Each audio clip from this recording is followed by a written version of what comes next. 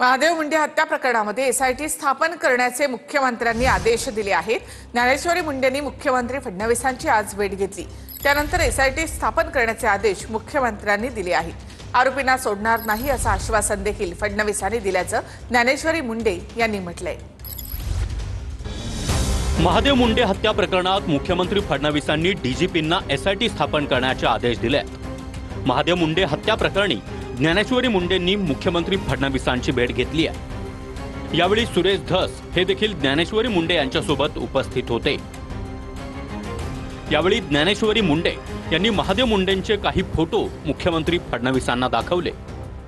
Mahadev मुंडेंचे photo पाहून मुख्यमंत्री फडणवीस भावुक झाल्याचं ज्ञानेश्वरी मुंडे यांनी सांगितलंय।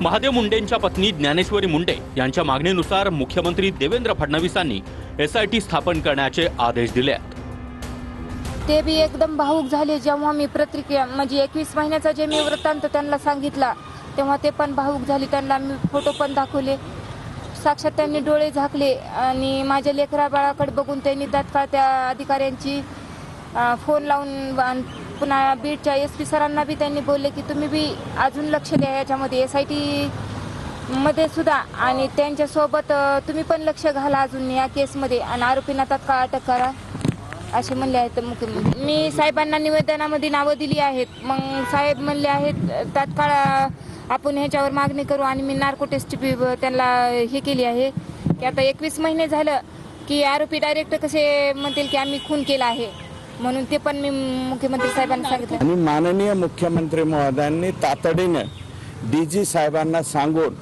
त्या ठिकाणी लगेच्या लगे ऑर्डर काढा, आजच्या आज ऑर्डर काढा आणि ही एसआयटी स्थापन करा।